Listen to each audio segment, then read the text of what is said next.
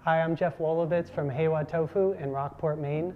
I started Haywa Tofu in 2008 with the goal of taking local and regional agricultural product and adding value to it. I'm going to make a recipe for you today called Tofu Bolognese. It's an absolute favorite at my house right now. While a traditional Bolognese has cream in it, we found it's delicious without it. We're going to make the recipe for serving 7. It uses 1 package of tofu, 16 ounces. There is some liquid in there that you can just drain out.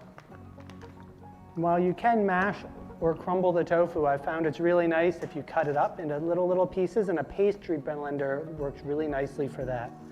If I go in, it's relatively quick, and I would say you're just going to do 1 block at a time.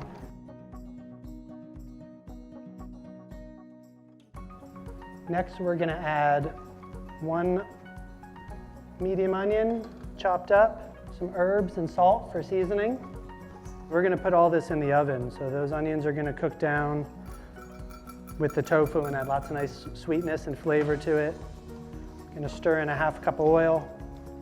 You don't want to crowd it on the baking sheet. It needs to dry out. It's going to get nice and chewy and a little crispy, some crispy pieces, and brown up just a little bit.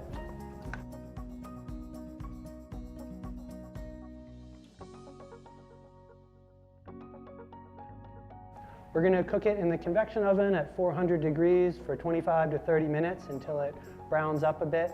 We'll stir it once through, and then at the end, we'll mix it with tomato sauce. So we're about halfway through baking the tofu bolognese. Let's take it out and give it a stir. That looks so good. You can see it's already pretty brown and crispy.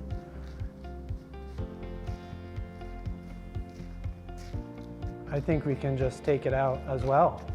All the little chopped up tofu pieces came out of the oven. Some are crispy, some are chewy, some are still tender. We're going to mix those up with tomato sauce.